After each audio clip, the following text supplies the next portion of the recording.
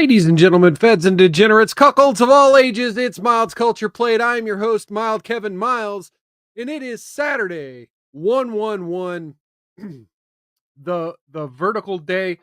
Usually we have a tradition. I usually go into the numerology of 111, but I'm not going to do that today. We've got a full show for you. Come on in. We got an interesting show. Say hello in the chat as Apocryphal World Records has already done. Cheers and welcome, brother. Good seeing you. I have an interesting show lined up. First off, my apologies for not doing a Wednesday show. I'm going to try to see if I can make it up on Monday. I'm going to try to dig and scrape for news stories to cover. I do have a little thing I'm kind of thinking about doing, but I don't know if it'll work, but we'll see. Apocryphal World Records gives me a cheers back. Thank you. All right. So yeah, stay tuned. I might do a show Monday. I might not, but I'm about 80% sure I'm going to do a show Monday at this point. So let's get into the news. First off, I wanted to see this has been embedded. Can I? No, of course. There's no full screen on Instagram. At least I haven't figured out how to do that. What the hell? Okay. Well, that didn't work. Let me just try refreshing here and see if this will work. All right.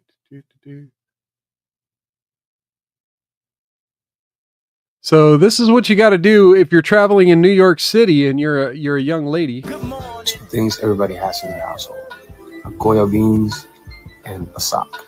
Ladies, take notes because this could come in very useful. You get your can of Goya. Yes, Goya. They hit hard for some reason. And you put them inside the tractor sock. And girl, you swing like you have never swung in your life. Because now you're fighting for your life. What do you guys think? Leave a comment down below. And please share. Thank you. Okay, so there you got it. You got young gentlemen showing thug life behavior in order to protect yourself on the New York City subway. While we're talking about traveling in New York City, I'm sure you're familiar. Recently, New York City has instituted congestion pricing for their downtown area. If you want to travel into the inner city of New York, you've got to pay a fine, pay a fee, pay a toll to drive into town because, climate change and all that good shit. Well, we conservatives and people with common sense predicted it would turn into chaos and there would be unintended consequences. Well, we have a parking war. New York City congestion pricing turns Upper Manhattan neighborhoods into parking war zone as drivers take up spots to avoid the toll. This is also from the New York Post. It's hell on wheels. Upper Manhattan neighborhoods are already devolving into glorified parking lots only days after MTA and Governor Hochul flipped the switch on congestion pricing. With bridge and tunnel commuters increasingly ditching their vehicles uptown to skirt the $9 toll, outraged residents told the Post. Across Washington Heights, locals bemoan their already scarce curbside parking has further vanished in recent days, with many now burning hours to try to track down a precious spot. Good luck to everyone, that's what I say, a nurse Thomas Hurt, 36, told the Post. Now they're right here along with us trying to fight it out. After coming home from his shift at Montefiore Hospital in the Bronx Wednesday, Hurt circled for 2 hours searching for a parking spot and saw at least 20 New Jersey plate cars hogging spaces between West 175th or 174th and 181st Streets. Over the past year, residents in the neighborhoods outside the 60th Street congestion zone have repeatedly warned that their communities would be plagued with hellish gridlock and increased pollution from meandering motorists. It's gotten worse in the past week. A lot of people from Jersey take the bridge, they park here, and then they take the subways down, said Christian Romarian, 48, a project manager who double parked his Jeep Wrangler while waiting for a spot to open up. People fight for parking here, like physically fighting for parking. It's crazy, he continued, adding that he's witnessed scraps almost every day since congestion pricing took effect. And here we go. We got $20, $14 to get into the Hugh Carey Tunnel, Manhattan Bridge, Brooklyn Bridge, and Williamsburg Bridge. $9 if you have an easy pass. Yeah. So yeah, basically you have to have the easy pass in order to get in for less than $10. And that's like every time. On the Upper West Side, the desperate hunt for a parking spot has similarly turned the neighborhood into a war zone, doorman Wadit Cruz said. Cruz, who's driven to work from Melrose to the Bronx and West 86th Street for 15 years, said there had always been 3 or 4 spaces available when he arrived at 7 a.m., but since January 5th, he's had to circle at least 30 minutes a day. Since Monday, I haven't found any spots. It's going to get worse and worse. The outer boroughs are also getting squeezed. Congestion pricing must be working for the Manhattan elite because it's sure screwing us, said Staten Island Councilman Joe Borelli, who reported a surge of Garden Staters hogging spots at the park and ride near the Staten Island Railway Huguenot Station. Upper West Sider Matt Hogan, 62, confessed that a friend living across the Hudson River was among those contributing to the newfound parking chaos in the neighborhood. Rather than drive from his home in Ridgewood, New Jersey into the congestion zone to meet for dinner with friends, the pal planned on snagging a spot near Hogan's home on West 73rd and West End Avenue, with the pair taking the subway together. It will be his new route if he's coming into the city and coming down here, Hogan said. It's much cheaper than the $9. Cookie says she is tipsy and hungry and that I am censoring her and she's going to order pizza.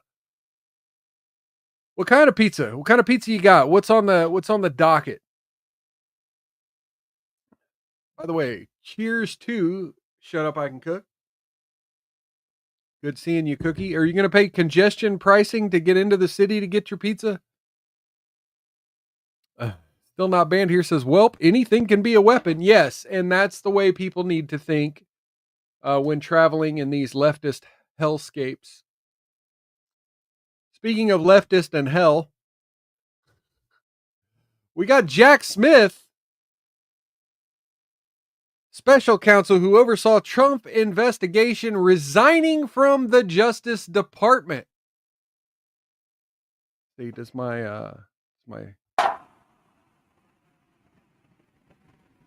I don't know if that works or not. Speaking of, I don't have my other soundboard up. I'm going to go ahead and do that real quick while we're doing this. Cookie says, what topping should I order on my pizza? Let me think here. What would be good pizza? Do chicken, bacon, pineapple. Chicken, bacon, pineapple sounds good. I don't often have the chicken, bacon, pineapple. I have it like once every 2 or 3 years, but man, when you order it, it sure hits the spot. She says, OMG, no. All right. So Jack Smith, special counsel appointed by Merrick Garland in November 2022 to take over the 2 investigations into Donald Trump, has resigned. According to a court filing submitted Saturday, CBS News recently reported Smith would resign after completing his work. According to federal documents, Smith separated from the department on January 10th. The revelation was made in a federal court filing amid an ongoing dispute between officials and defense attorneys tied to the president-elect over the release of 1 volume of Smith's 2-volume report. Attorneys for Trump's co-defendants Walt Nauta and Carlos de Oliveira have sought to extend an order by Judge Cannon barring the Justice Department from releasing a portion of Smith's report. Regulations require special counsels to submit a report to the Attorney General detailing their investigative findings and prosecutorial decisions. Garland has pledged to release to the public all reports completed under his tenure and has so far done so. including an investigation into Biden's handling of classified records. AWR says Cookie should add jalapenos. Cookie said white boys all talk, and I didn't show it. So then she said mild stop censoring. White boys can't close the deal. Okay, but yes, Cookie should add a jalapenos. Yeah, chicken, bacon, pineapple, jalapeno. Man, that sounds like a damn good pizza. Unfortunately, I'm having like a craft burger joint for dinner tonight. But that sounds real good. That sounds real freaking good. I'm gonna have to have pizza soon. I don't often eat pizza because I just lost a ton of weight and not trying to put it all back on. Wait a minute, what? Oh, okay, man.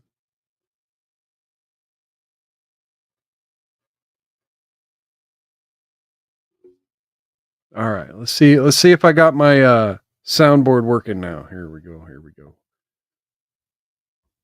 To the no, to the no, no, no. No, no, to the no, no. Ricky says she's cooking Spanish beans. AWR says yummy. Call and barely eat pizza is good. Okay. Court filings earlier this week revealed Smith had submitted a 2-volume report. Following the review, attorneys for Trump's co-defendants asked Cannon, who initially dismissed one of Smith's cases against Trump in July, and judges on the 11th Circuit Court of Appeals in Atlanta to stop Garland from releasing the report. I don't think they were successful anyway. But yes, Jack Smith is officially done. And so, sayonara. Lord, it's a damn shame. All right. So, oh my gosh. So we got bad news. Bad news for liberty lovers. For those who had high hopes for Donald Trump's cabinet picks, we have CNN reporting, and many other outlets also reporting that Tulsi Gabbard has changed her tone on surveillance powers she once sought to dismantle.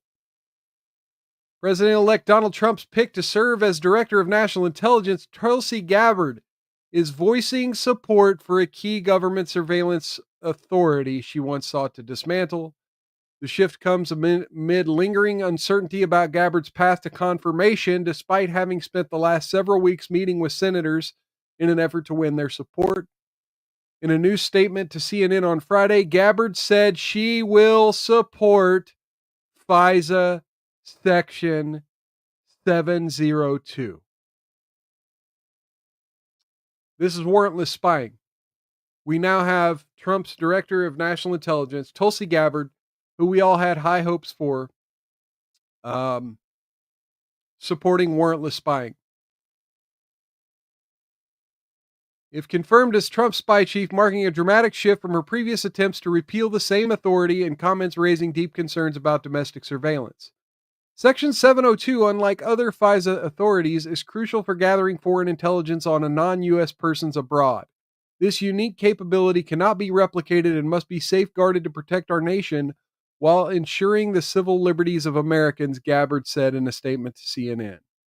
My prior concerns about FISA were based on insufficient protections for civil liberties, particularly regarding the FBI's misuse of warrantless search powers on American citizens.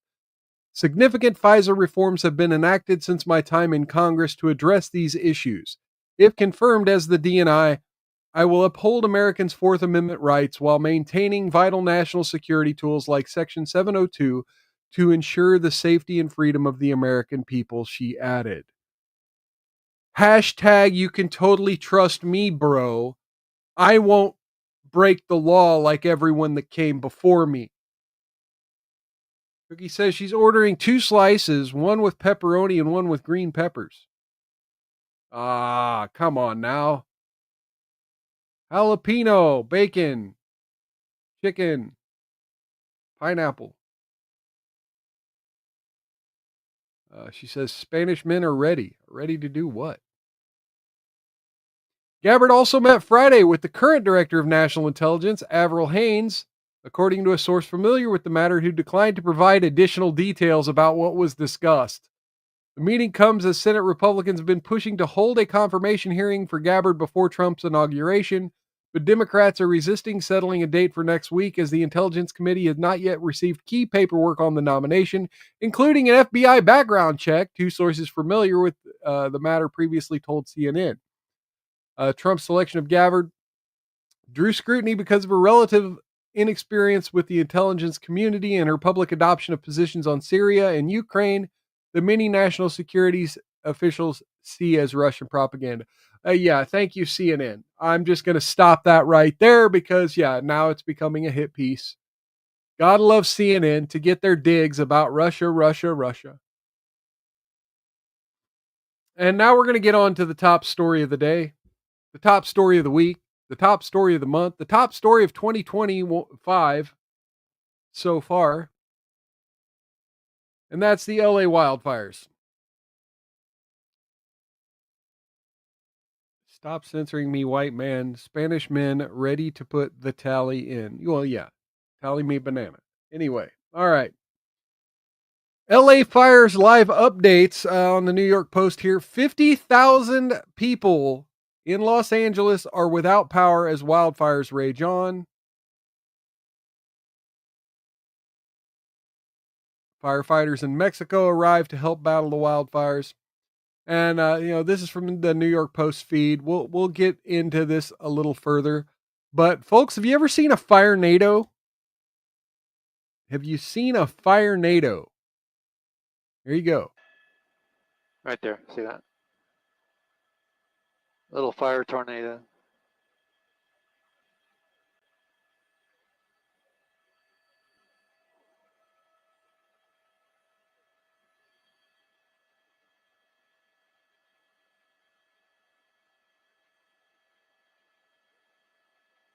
Man, fire can be pretty beautiful sometimes.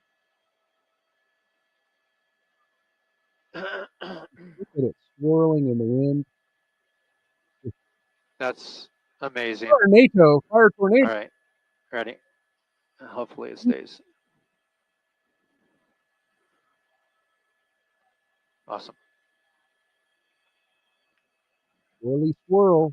I mean, this A little fire tornado, these Sharon, Micah. It's coastal a winds. spectacular sight to see. We see it quite often in heavy fires like this. But look at that. It's just spinning. It's creating its own weather in there, its own wind. And it will bring up the fire right off the ground like that in a spike. It's quite amazing to see, but a lot of ash coming out of that. There you go. A lot of fire being drawn straight up into the air when we see this. And then it makes you wonder, okay, so it's being sucked into the air. Well, where's the air going to blow it? It's going to blow it to other dry wooded areas, and it's going to spread this fire. Spectacular sight, a very scary sight, but certainly, definitely due to the heavy fire and heavy brush in the area. We see it every once in a while. So if you've been following any other creators, you know that they've been arresting people for arson now. And there's been a lot of finger pointing. And, I'm not going to necessarily get into a bunch of that. We've got a couple stories about.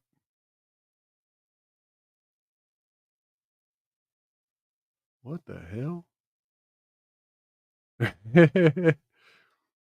Okay. I got bots sending me because I put Tulsi Gabbard in my Twitter post. I got bots tweeting propaganda about Tulsi Gabbard at me. That's great. That's great. Anyway, so there's a lot of propaganda. Not propaganda. That's what I just read was propaganda. Anyway, there's a lot of people talking about the finger pointing and the blame game, and people saying, well, it's Trump's fault for climate change, this and that, and then of course a lot of people pointing the finger at Gavin Newsom. A lot of people pointing the finger at Mayor Bass of LA.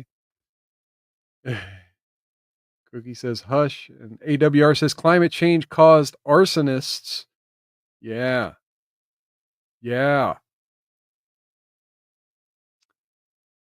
I mean, climate change, they say climate change affects the economics of a community, and I guess if that makes more homeless people, and then homeless people start the fires. Anyway, I you got to put it together somehow. That makes the most sense to me.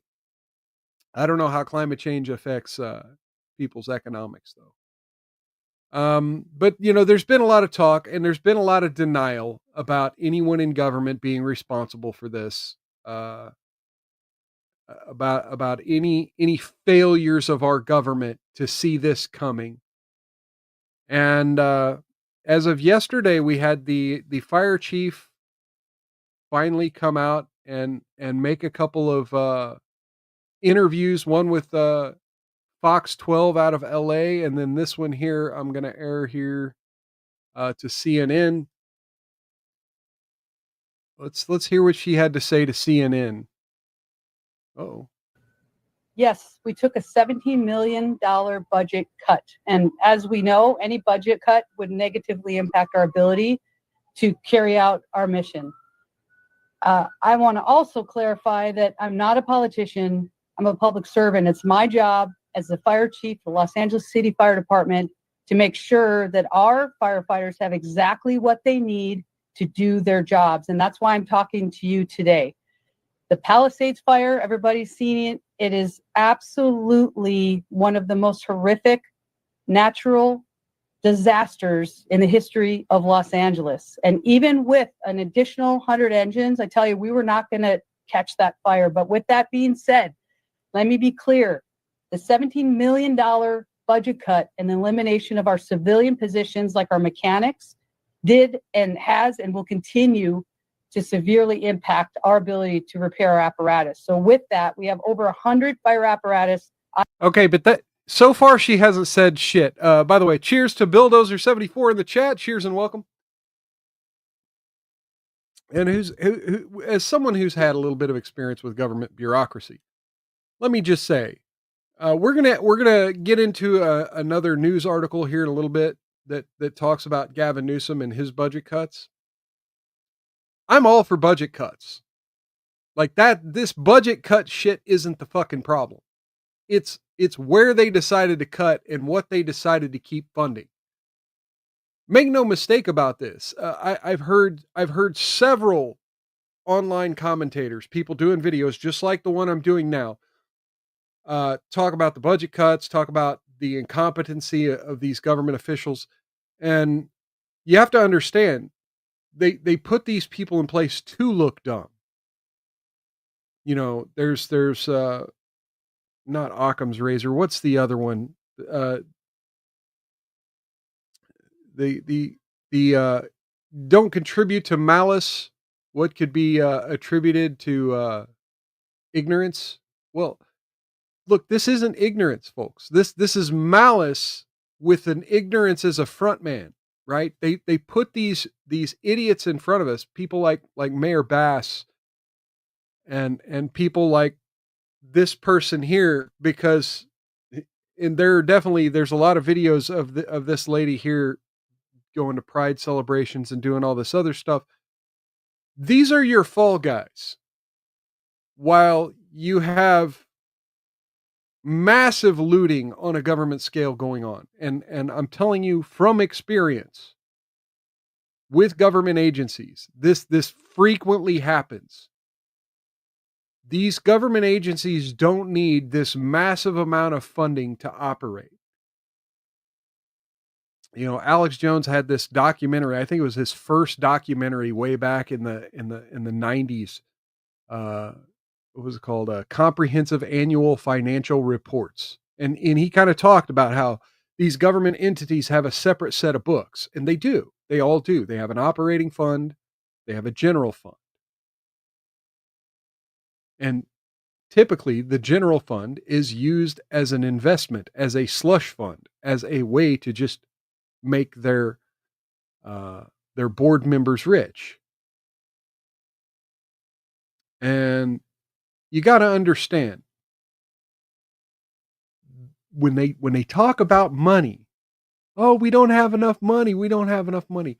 It's a double-edged sword, because on the one hand, they're trying to hold the citizens hostage. They're trying to hold your safety and your public services hostage. On the one hand, they're saying we don't have enough money to operate. That could be entirely true. Why don't they have money to operate? Because they already blew it all.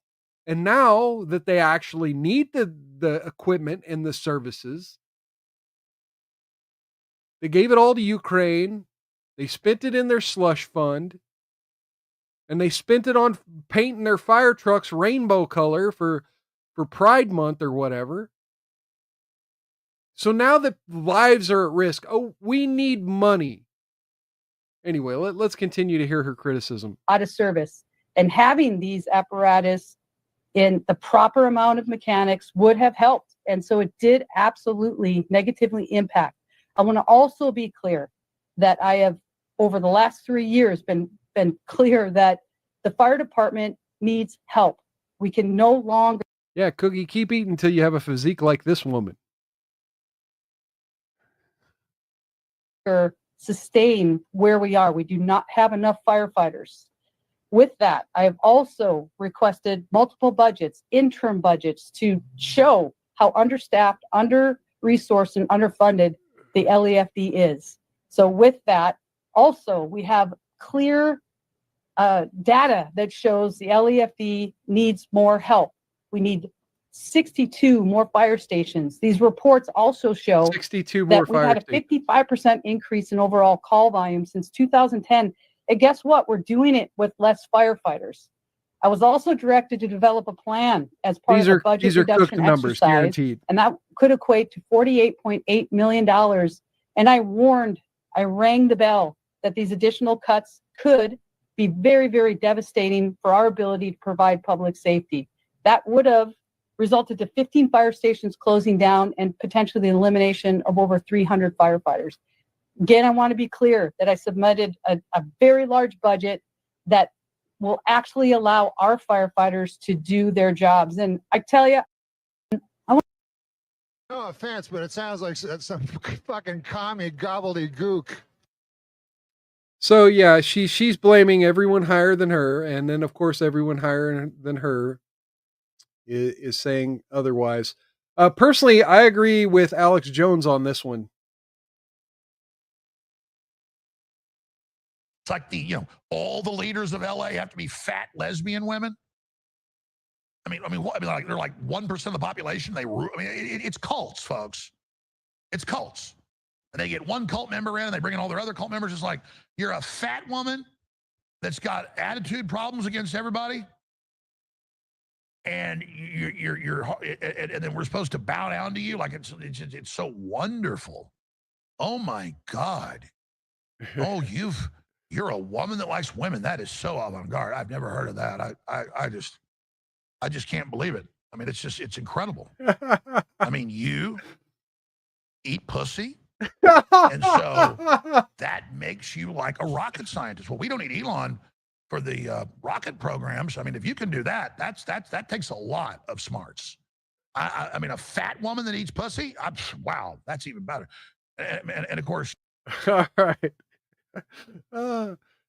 Hey man, I kind of like the idea. Anyway, so here's Newsweek talking about Gavin Newsom cutting $100 million from fire prevention budget right before the California fires. And they say the 2024-2025 state budget saw slashed funding for wildfire and forest resilience by $101 million as part of a series of cutbacks, according to an analysis by the state's Legislative Analysis Office. And again, here's where, you got the two sets of books here. However, overall, the California Department of Forestry and Fire Protection, CAL FIRE's wildfire protection budget has increased.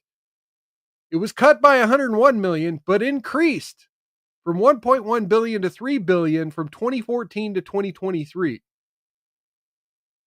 Where's the money? What did they do with the money?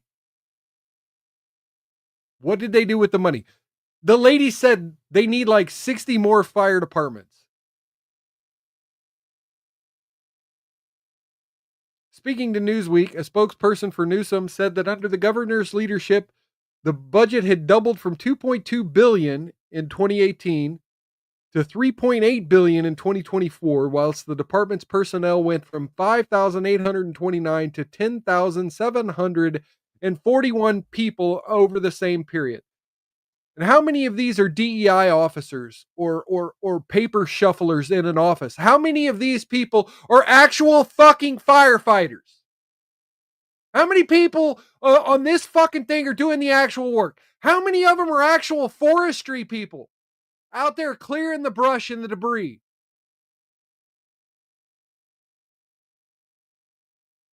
$5,000 more people in 6 years.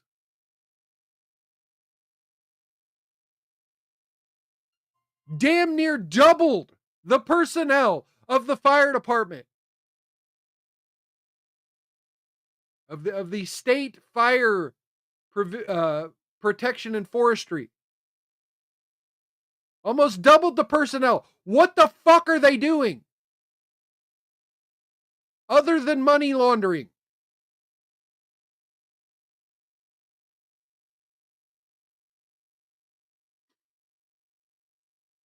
Since Tuesday, Los Angeles has been battling a series of devastating wildfires that left 10 people dead and demolished over 10,000 properties across the city.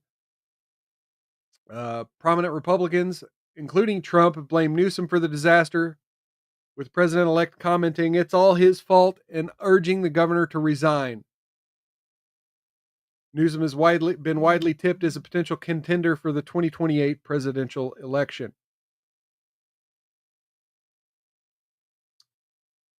Cuts included a reduction of $5 million in spending on CAL FIRE fuel reduction teams, including funds used to pay for vegetation management work by the California National Guard. This left the total available for this scheme at $129 million. An additional $4 million was removed from a forest legacy program aimed at encouraging good management practices from landowners, whilst $28 million was slashed from funds provided to multiple state conservancies to increase wildlife resilience. Yeah, wildfire resilience. Okay. Another $8 million was taken from monitoring and research spending, which had largely been given to California universities and CAL FIRE, whilst $3 million was removed from funding for an interagency forest data hub. A home gardening pilot scheme was designed to make homes more resilient to wildfires, had its funding cut by $12 million. Cookie calls me a racist.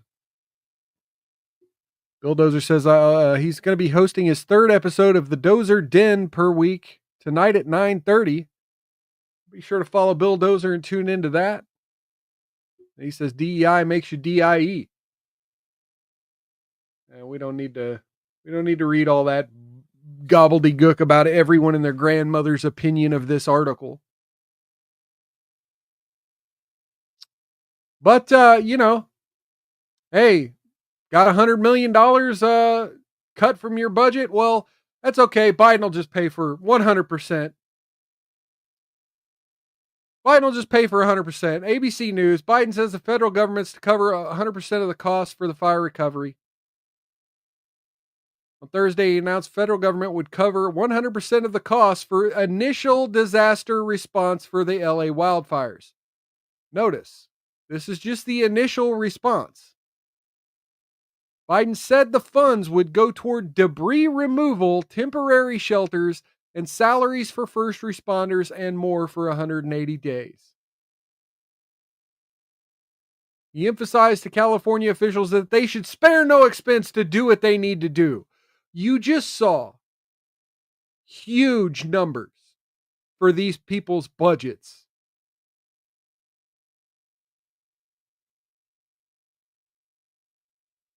Cookie says, Mild, you're way behind on my comments. What's going on? Because I don't see them in every moment. I'm reading the damn article. Settle down, calm down, keep your pants on. Bill Dozer said it'd be episode 50. Hell yeah. Cheers and congratulations on that, Bill Dozer. Cheers.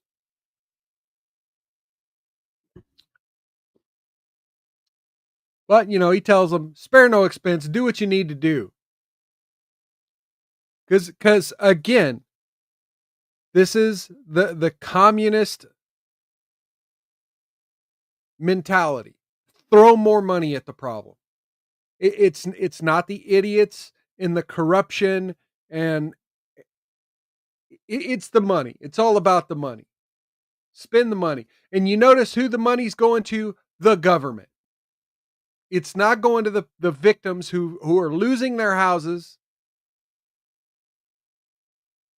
who are facing medical bills, who are losing loved ones and pets, and losing all of their livelihood and possessions.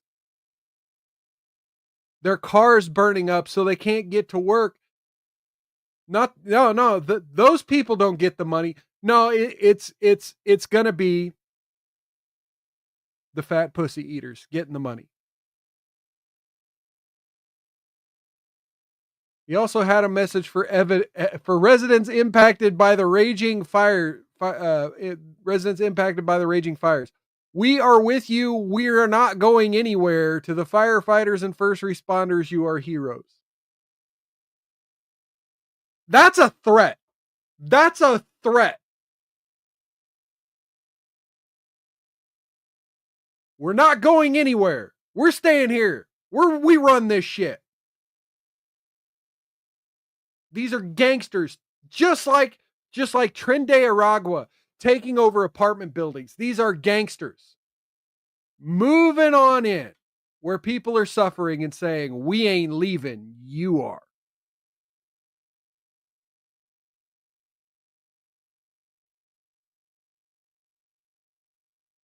Cookie says, Trump, no women but me. She a chick. What the hell is she even talking about? Founders did not give women the vote. Too tipsy to understand pizza, hurry up. Okay. Cost of debris cleanup is gigantic. The cost of replacing housing is almost exponential, he continued. Anybody can give you a number now. They have no idea what they're talking about. It's big, big. I'm going to make an appeal right now to the Congress. They're going to have to step up when we ask for more help to get people the kind of they need. They get the kind of help they need. They get the Biden's classic stutter, because it really does matter.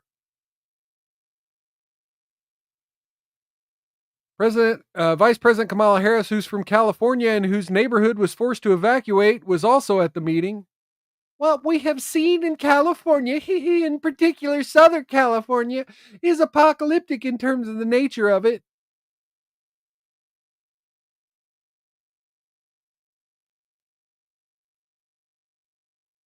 A major disaster declaration was approved by Biden on Wednesday, allowing victims of the fire to, quote, immediately access funds and resources to jumpstart their recovery, according to the White House. Well, we're familiar with those FEMA funding, right? That the $750.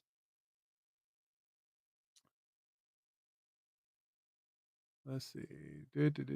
President Trump attacked Gavin Newsom. Biden canceled a visit to Italy, where he was going to meet with Pope Francis and Giorgia Meloni.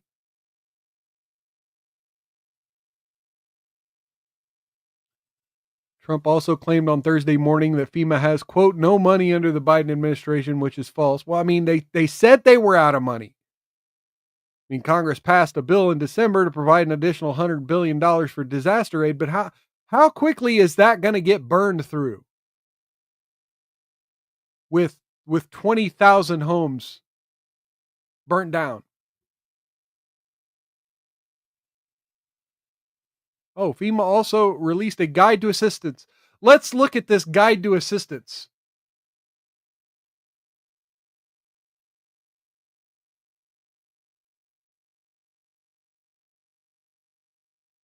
Of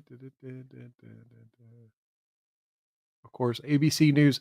Oh my God. Okay. Yeah, I clicked the link and ABC News sent me to another ABC News story that basically just said that FEMA released a guide to assistance. That's literally what it was. Check this out.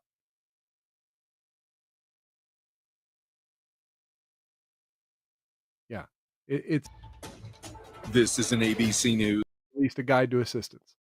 Thank you, ABC News.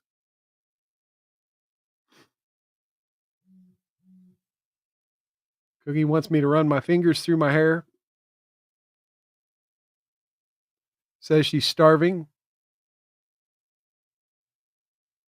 Calls me Elon Musk, saying I'm censoring her, and tells Trump to hire her. Okay. The Guardian. Now we get into Republicans say. So anytime you see something in the news, you hear what Democrats want to do, and then you hear what Republicans say, right? It's always Republicans say, even though it's the fucking truth. Sometimes. I'm not a Republican shill, so I'll say sometimes. Republicans fucking lie too, but Republican congressman calls for halting of disaster relief to California. Warren Davidson of Ohio says aid should be withheld until the state reforms forestry management.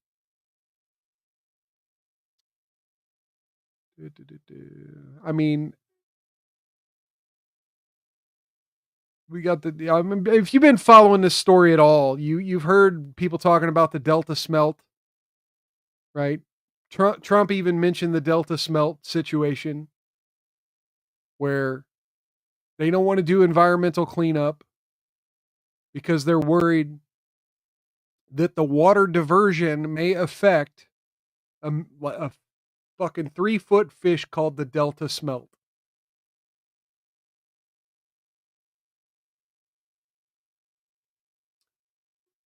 But it's not all about the money, right? The money's a big thing, but it's not all about the money. Let me do this real quick. Okay. Oh, what did I just do? Okay. Nothing important. We have Diligent Denizen, who I've been following on X for a while. Seems to have some decent content. I can't verify that it's his own, but I'm assuming it is. Endless stream of looters in newly announced evacuation zone in Encino near Palisades fire. As we canvass a new evacuation area, we meet a young woman who's chasing off looters by herself. It's a hero. Most of the people coming in here to loot do not speak English. Some of these cars, I've seen the same exact people looping around. Yeah. Oh yeah. So every time they come on the news and announce a new region evacuate, all of a sudden people leave and then all these cars start showing up to loot the fucking place.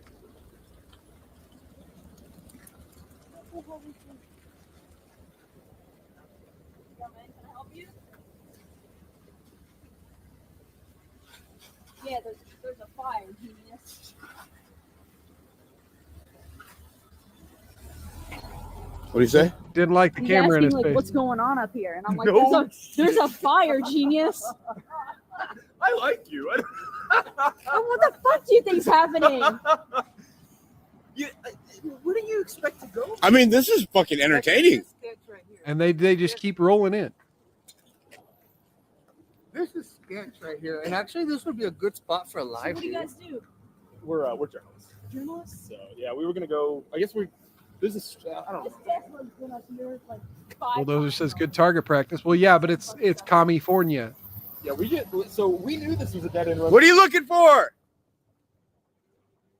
Policia! Policia! Cops are on their way. All right, so I'm not gonna play the whole video.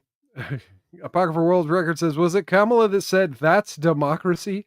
Yeah, kind of. I believe so.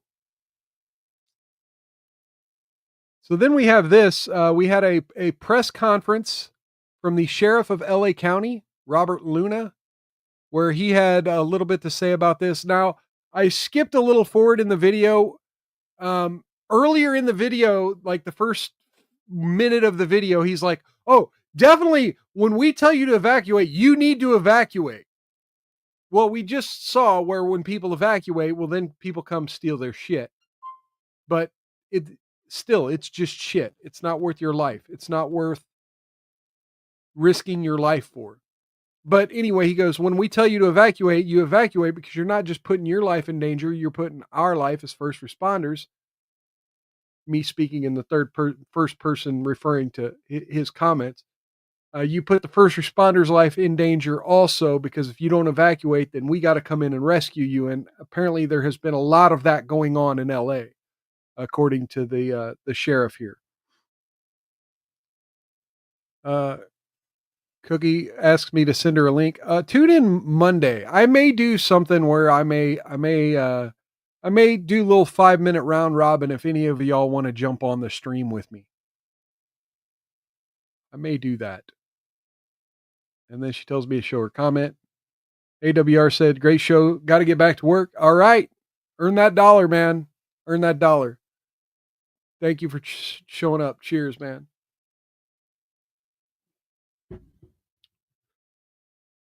Hustle, hustle. All right. So let's hear what he has to say about the looting.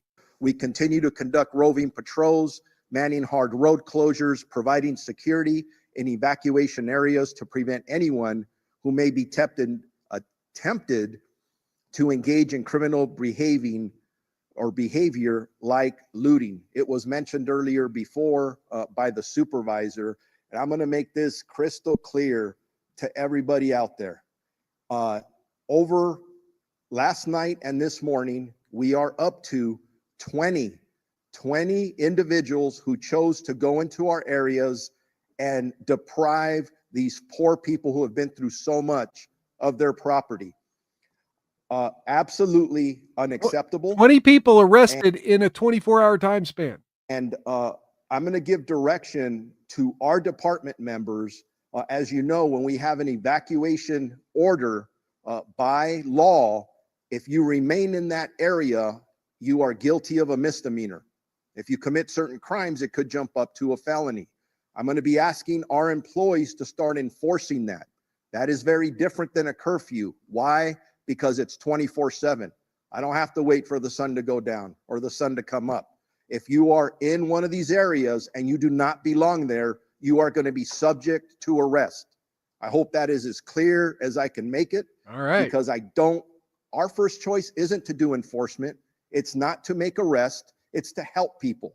But if people choose to commit crimes, they're going to be held accountable. And the DA who is standing next to me will clarify even that a little bit further.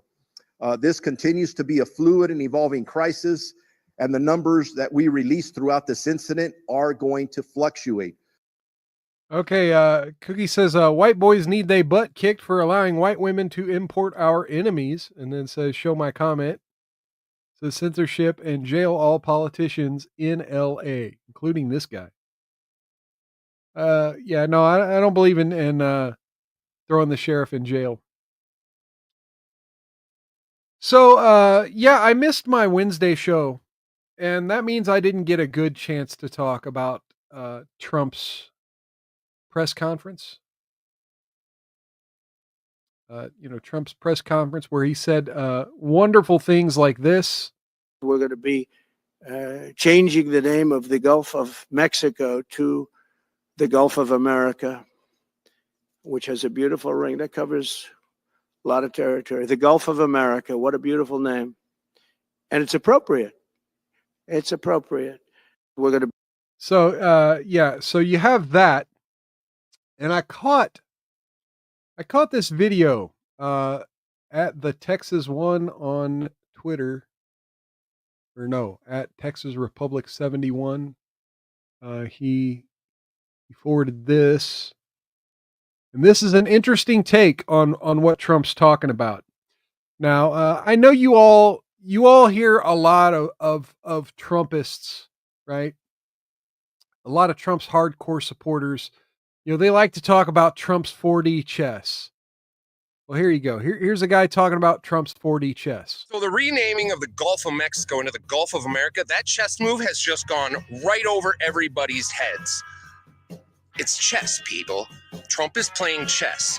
The potato head in chief, that senile old fuck that's up for retirement, put a ban on offshore drilling in the Gulf of Mexico. Easy workaround, we rename it the Gulf of America. We ain't drilling for oil in the Gulf of Mexico. We're drilling for oil in the Gulf of America, bitches.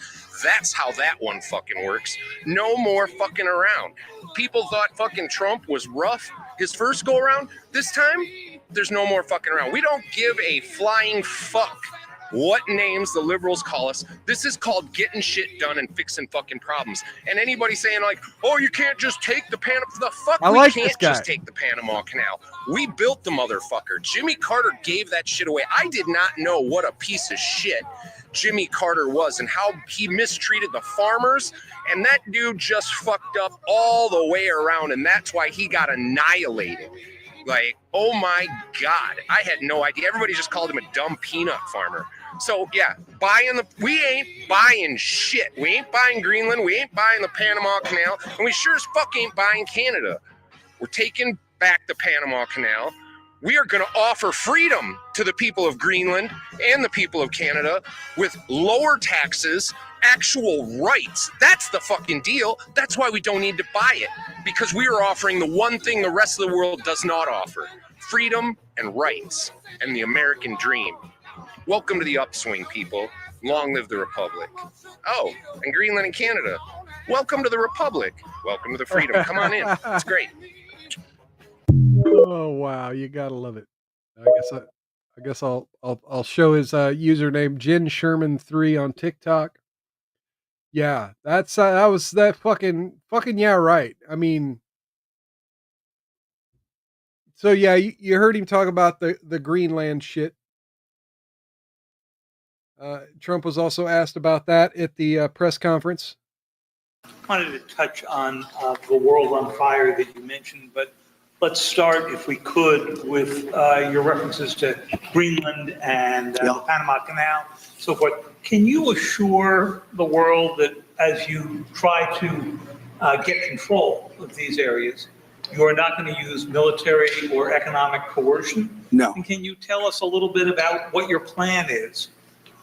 Are you going to negotiate a new treaty? Are you going to ask the Canadians to hold the vote? What is the strategy? Yeah, I can't assure you, you're talking about Panama and Greenland. No, I can't assure you on either of those two. But I can say this, we need them for economic security. The Panama Canal was built for our military. I'm not going to commit to that now. It might be that you'll have to do something. Look, the Panama Canal is vital to our country. It's being operated by China. And we gave the Panama Canal to Panama. We didn't give it to China. And they've abused it. They've abused that gift. It should have never been made, by the way. Giving the Panama Canal is why Jimmy Carter lost the election, in my opinion, more so maybe than the hostages. The hostages were a big deal. Okay, I'm going to stop that there. I'm going to come. And let's go ahead and take that off screen. But we now have the Prime Minister of Greenland issuing a statement. You ready for this? This is from the New York Post here. The desire for independence, the desire to be in one's own house, is probably understood by all people in the world. And that struggle from Greenland's side is not new. It didn't just happen yesterday. It didn't happen when I gave the New Year's speech. But things have developed in that direction for many, many years. At least for many decades. We don't want to be Danes. We don't want to be Americans. We want to be Greenlandic. Of course, it is the Greenlandic people who decide their future. Have you been in contact with Donald Trump, the future U.S. president? No. But we are ready to talk. I think we're both ready to increase our dialogue and reach out, and therefore also talk about the things that bring us together in the world we live in. Okay, there's that. Bring that down.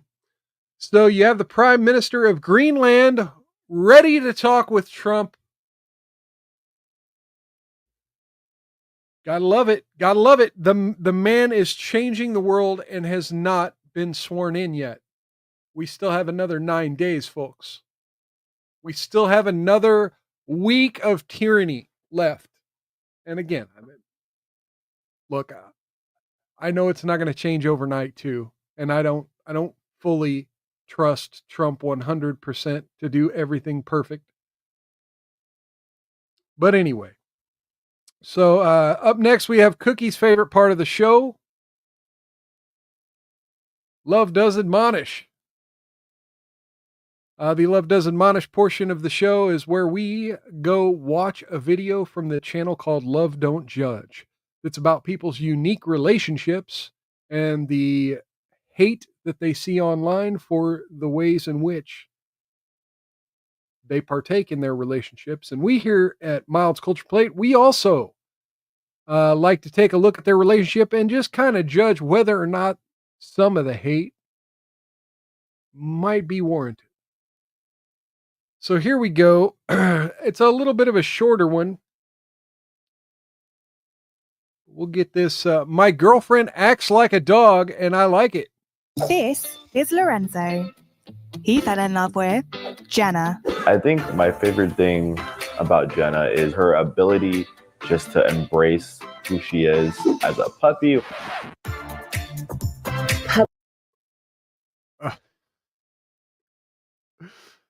Oh gosh. Okay, here we go.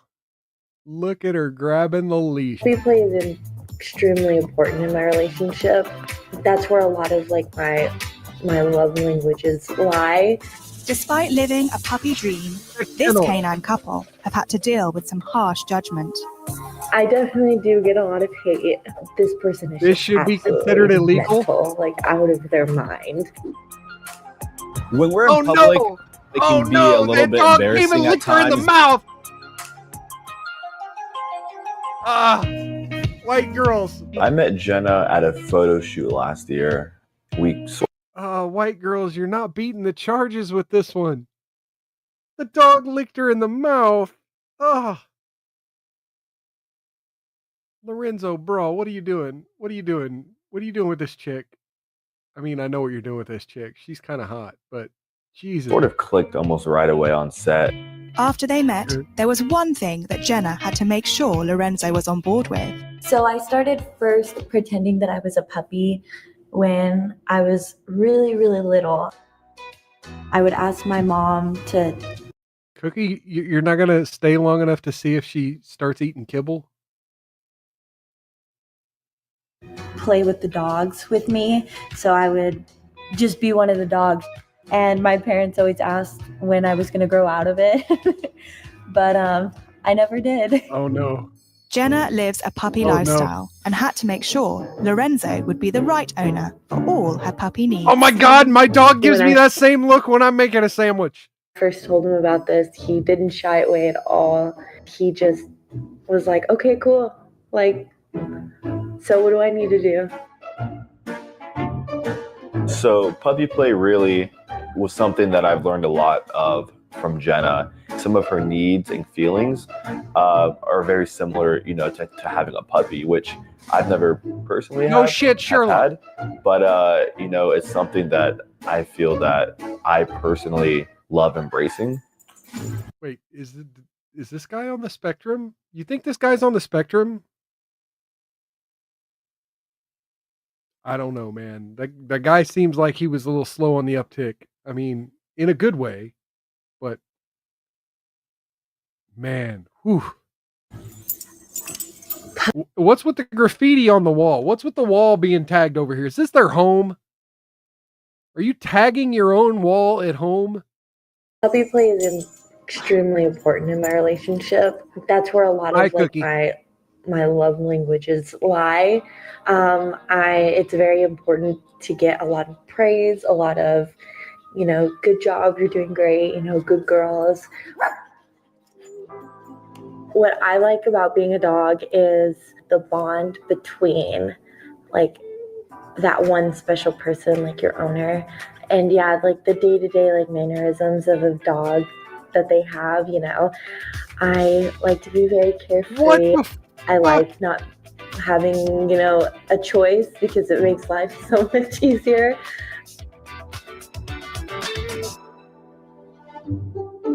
This is probably where I feel the safest at home. It's kind of like my den. It's like my area that I can retire to and know that I'm safe and but can you lick yourself? The first time I saw the cage, I was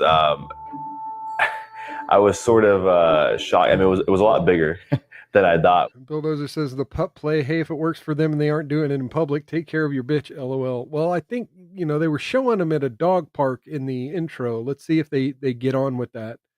Cookie says simple. Give a woman a hard one and take care of her, and don't be a chick. I am protesting this. Bulldozer says, and then she mentions her OnlyFans. Yeah, probably. We'll get to that part. There's only like 2.5 minutes left of this, so let's see. But once it was set up and I saw just how happy she was and comfortable, she really looks good and happy, and I think it makes her a great addition to the room.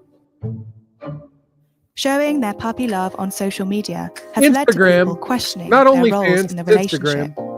Some of the most negative comments, it's probably just people saying that I'm crazy. This person is just absolutely mental, like out of their mind. Couple almost as much as people I hate said, the Trumps.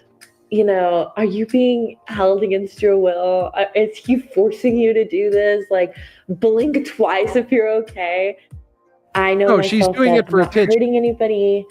I'm not in trouble. I'm just kind of she's living not even my really life a out blonde. on the internet, and with that comes a lot of judgment. I try to comfort her and let her know that there may be a minority of people that feel a certain negative way about you. I'm getting Black Kyle Rittenhouse vibes from this guy. And then Bulldozer74 said, close enough. Link to private messaging app on the side. Yep, probably. But you still have me that do care about you and love what you do. We're going to go to the park, and I'm thinking we'll get some usual shots of you walking on a leash, take some videos, some photos. But what if we throw a Frisbee and you catch it? In my mouth? In your mouth, that's right. And if you catch it in your mouth, you know what you get, right? Do I get a treat? Yes, I get a treat? Yes. Only if you catch it. Are you ready to go? Yes. All right. I'm ready. Let's go. Sit.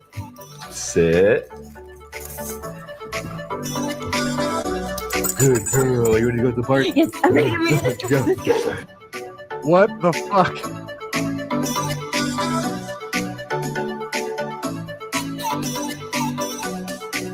Oh my God! Oh no!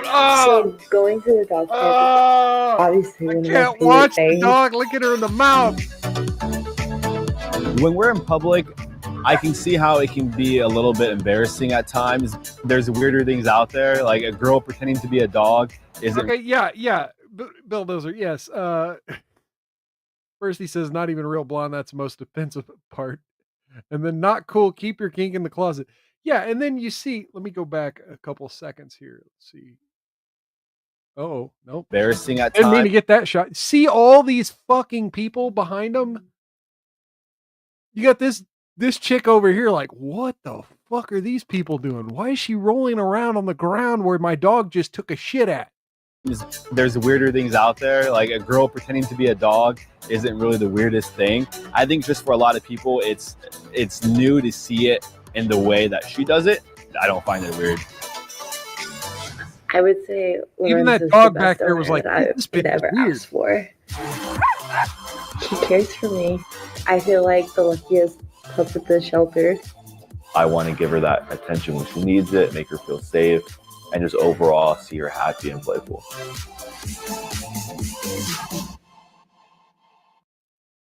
Oh man. Okay, so look, again, like Bulldozer said earlier, to each their own.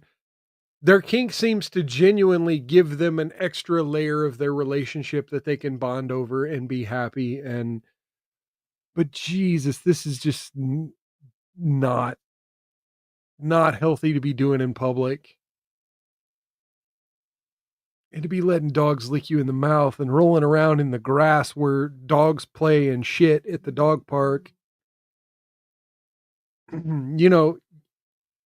Yeah, you're supposed to clean up your own dog's shit at the dog park, like your dog shits, and then you take the little plastic bag and you roll it over your hand and you pick it up and you unroll it. Then you throw it in the trash. But like those grass blades still have fecal matter on them, right? It's bad enough you're walking around with your shoes and then you walk in them shoes in your house, but we don't roll around on the floor and on the ground. Like, that's the most disturbing part of this to me, is that the dog licking her in the mouth and she's rolling around where the dog shit at the dog park. Like, it's just unsanitary. Like, all the kink shit, now granted, don't do it in public, seemed to genuinely make them happy. And he seemed pretty fucking cool about it. Probably makes him pretty happy. But damn. Bill Dozer says, don't forget to repost, like, share, follow, and comment. Yes, please do all the above. And also, down in the description are links to my social media. Feel free to follow me on any of those platforms. And yeah, once more, cheers to everyone who showed up today. And another cheers to everyone listening in later on demand. Feel free to comment if you're listening later. I don't often get to know who all's lurking after I shut this thing down. So yeah, hearing from some of the lurkers is something I always crave. Bill Dozer says only doggy style. Oh, I mean, I wouldn't mind that. But anyway. All right, let's do this. Let me bring that back down. Turn that back off. All right, folks. Hey, we got Demon's Wrath in the chat saying, what up over on Rumble? Cheers and welcome. We're just about to shut the stream down. Sorry, I couldn't say hi to you earlier. Welcome. All right. So yeah, keep your eye out on my social media. I'll be making an announcement about Monday sometime soon. And if so, show up here. If not, same bat time, same bat channel every Wednesday and Saturday, 6 p.m. Central, right here, wherever you're watching me on Rumble, YouTube, or X. Until next time, folks, take care of yourselves, take care of one another, outlast those haters, don't get any on you, and if you do, rub that shit in real good. I'll catch you next time on Mild's Culture Plate. Good night, everybody. Have a wonderful weekend.